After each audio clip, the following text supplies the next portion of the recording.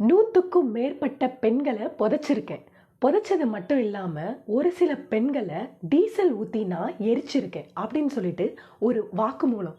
அதாவது ஒரு கேஸ் வந்து கர்நாடகால நடந்திருக்கு. ஓகேவா? எத்தனை பேர் இதை பத்தி கேள்விப்பட்டிருக்கீங்கன்னு தெரியல. ஆனா தினம் தினம் இப்படிதான் ஒரு நியூஸ் வந்துகிட்டே இருக்கு. பெண்கள் வந்து கொத்து கொத்தா செத்துருக்காங்க. இந்த இடத்துல பாத்தீங்கன்னா அவ்வளோ பெண்கள் வந்து செத்துருக்காங்க. செத்ததுக்கு காரணம் என்ன அப்படின்னு பாத்தீங்க அப்படின்னா, பாலியல் பலாத்காரம் பண்ணி எல்லா பெண்களையும் கொல்லப்பட்டிருக்காங்க. ஆக்சுவலா பாய்ஸ் அப்படிங்கிறவங்க யாரு தெரியுமா? எதுக்காக படைக்கப்பட்டாங்களாம்? பெண்களோட பாதுகாப்புக்காக தான் படைக்கப்பட்டவங்க. ஆனா இன்னைக்கு பெண்கள் சாவுக்கு காரணமா இருக்கிறது அவங்களா மட்டும்தான் இருக்காங்க. இந்த நியூஸை இந்த மாதிரி பெண்கள் அதிகபட்சம் பேர் இறந்து போனவங்க யாரு அப்படின்னு பார்த்து கொண்டிருக்காங்கன்னு பார்த்தீங்கன்னா, நிறைய பேர் ஸ்கூல் பசங்க தான். பர்டிகுலரா ஸ்கூல் பசங்க தான். அதாவது இந்த சம்பவம் எங்க நடந்துச்சு அப்படின்னு பார்த்தீங்கன்னா, கர்நாடகால தர்மஸ்தலா அப்படிங்கிற ஒரு பிளேஸ். கேட்கும் போதே தர்மஸ்தலா அப்படின்னு தெரியுதுல, தர்மம் அப்படிங்கிற பேர் மட்டும்தான் அதுல இருக்க தவிர அங்க கொஞ்சம் கூட தர்மமே இல்லைங்க. முழுக்க முழுக்க அங்க இருக்கிற அந்த குழந்தைங்களுக்கு, அதாவது ஸ்கூல் படிக்கிறவங்க எல்லாருமே குழந்தைங்க தானே. பெண்கள் 17 வயசா இருந்தாலும் 25 வயசா இருந்தாலும் பெண்கள், இந்த குழந்தைங்களை எல்லாருமே அங்க என்ன பண்ணிருக்காங்கன்னா சாவடிச்சிருக்காங்க. அதுவும் பாலியல் பலாத்காரம் பண்ணி சாவடிச்சிருக்காங்க. இந்த இது சும்மா ஒரு நாள் நடந்தது கிடையாது, ஒரே ஒரு நாள்ல நடந்தது கிடையாது.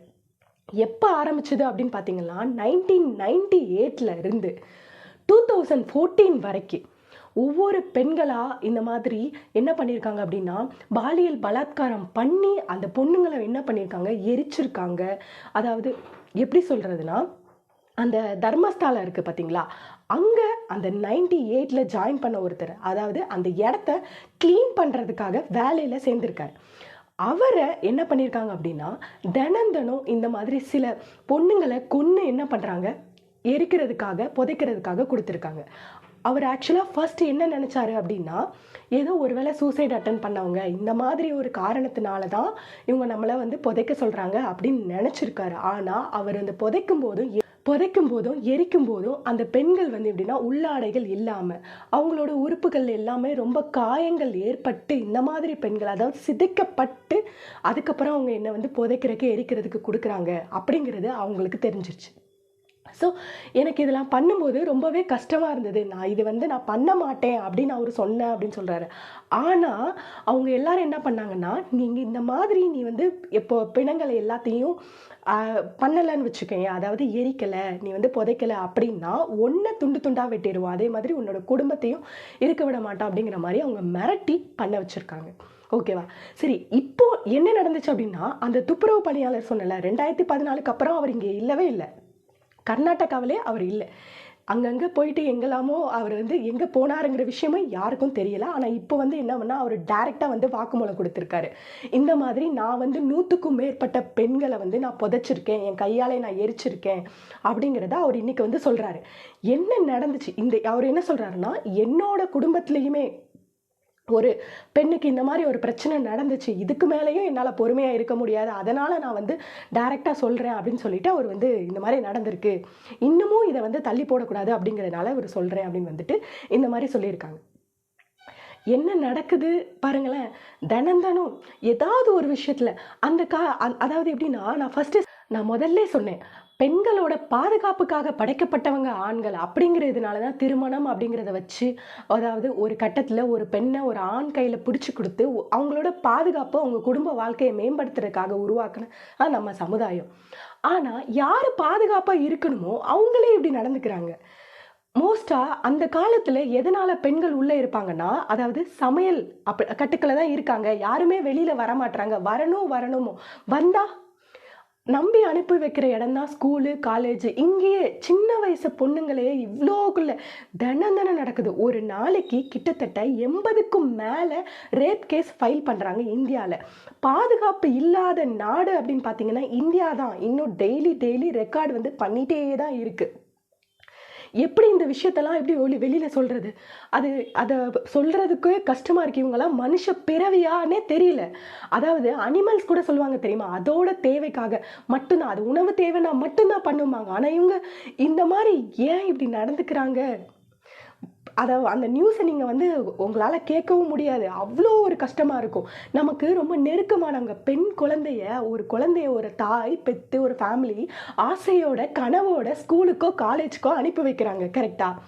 அந்த குழந்தைய இந்த மாதிரி ஒரு பொணமா திருப்பி தூக்கி போட்டு கொடுத்தீங்கன்னா எப்படி இருக்குங்க? யாராலங்க அக்செப்ட் பண்ணிக்க முடியும்? நமக்கு ரொம்ப விருப்பப்பட்டவங்களுக்கு சின்னதாக ஒரு உடம்பு சரியில்லைனா எதுனாலுமே நமக்கு அவ்வளோ ஒரு கஷ்டமாக இருக்கும். ஆனால் நீங்கள் இந்த மாதிரி ஒரு சம்பவத்தை கேட்கும்போது அப்படியே உடம்பெல்லாம் பதறுது. நம்மளே ஒரு பெண்ணாக இருக்கிறதுக்கே பயமாக இருக்குது. யாரை நம்புறது, யாரை நம்பக்கூடாது? ஆஃபீஸோ எங்கேயோ எந்த இடமா இருந்தாலும் சரி, எப்படிங்க நம்ம லைஃப்பை வந்து நம்ம லீட் பண்ணுறது? இப்படி இருந்தாங்கன்னா நம்பி தானே ஒரு காலேஜுக்கு ஒருத்தங்க வந்து ஒரு பொண்ணை அனுப்பி வைக்கிறாங்கன்னா அவங்க கூட இருக்கிறவங்க பசங்க எல்லாரும் நல்லவங்களா இருப்பாங்கங்கிற ஒரு நம்பிக்கையில தானே அனுப்பி வைக்கிறாங்க. பெண்கள் மட்டும் இல்லை, பெண்களை பெற்ற ஆண்கள் எல்லாருமே நீங்கள் யோசிக்க வேண்டிய விஷயம். இப்படி நடந்துக்கிறாங்க. ஸோ இவ்வளோ பிரச்சனைகள் இவர் நடந்தும் அவர் வந்து கோர்ட்டில் வந்து ஒரு எலும்பு கூடோட வந்துட்டு இது பண்ணியிருக்காரு, கேஸ் வந்து கொடுத்துருக்காரு. அப்புறமா அவர் வந்து இதுக்கு வந்து காரணமானவங்க எல்லாருமே பெரிய ஆளுங்களை தான் இருப்பாங்க. ஸோ இதுக்கான விஷயங்கள் எல்லாருமே அவங்க அழிச்சிருவாங்க. ஸோ நீங்கள் வந்து கண்டிப்பாக எப்படி நடந்துச்சு என்ன ஏதுன்னு விசாரிங்க, தனியாக ஒரு இது மூலமாக விசாரிங்க அப்படின்னு சொல்லிட்டு அவர் வந்து கம்ப்ளைண்ட் ரைஸ் பண்ணியிருக்காரு. முன்னாடியே வந்து 2003 என்ன நடந்துச்சு அப்படின்னு பார்த்தீங்கன்னா, ஒரு பொண்ணு, அந்த பொண்ணோட பேர் வந்து அனன்யா பாட். அவங்க வந்து என்ன அப்படின்னு பார்த்தீங்கன்னா, ஒரு மெடிக்கல் ஸ்டூடெண்ட்டு அந்த தர்மாலயா இருக்குது பார்த்தீங்களா, அங்கே வந்து சுற்றி பார்க்கறதுக்காக வந்தவங்க. ஸோ அவங்க சுற்றி பார்க்கறதுக்காக அவங்க வந்திருக்காங்க. அந்த பொண்ணு ஒரு நாள் சுற்றி பார்க்க வந்த பொண்ணை காணும். சரி, காணலைன்னு அப்போது நெக்ஸ்ட் மெடிக்கல் ஹாஸ்டலுக்கு காலேஜ் படிக்கிறாங்க, அவங்க ஹாஸ்டலுக்கு அந்த பொண்ணு போகல. அப்போ பொண்ணு இல்லைன்னு அவங்க அம்மா வந்து தேடுறாங்க. அதுக்கப்புறம் என்ன பண்ணியிருக்காங்கன்னா, அந்த பொண்ணு கடைசியாக அங்கே தான் சுற்றி பார்க்க போனா, தர்மாலயா தான் சுற்றி பார்க்க போயிருக்கா. இவங்க என்ன பண்ணுறாங்க, அங்கே போய் கேட்குறாங்க, எந்த விதமான ரெஸ்பான்ஸும் பண்ணலை, அடித்து துரத்திட்டாங்க. கடைசியில் என்ன பண்ணியிருக்காங்க, இந்த அம்மாவை அடித்து, அந்த பொண்ணோட அம்மாவை அடித்து கிட்டத்தட்ட கோமாக்கே போயிட்டாங்க. அதுக்கப்புறமா ரொம்ப நாள் கழித்து தான் அவங்க வந்து கம்ப்ளைண்ட் கொடுத்துருக்காங்க அப்படின்னு சொல்லப்படுது. அதே மாதிரி 2012 இன்னொரு பொண்ணு, அந்த பொண்ணோட நேம் என்னன்னு பார்த்தீங்கன்னா சௌஜன்யா. அந்த பொண்ணும் அதே மாதிரி காணாமல் போய் அந்த பொண்ணு பிணமாக மீட்கப்பட்டிருக்கா, அவள் கையெல்லாம் கட்டப்பட்டு.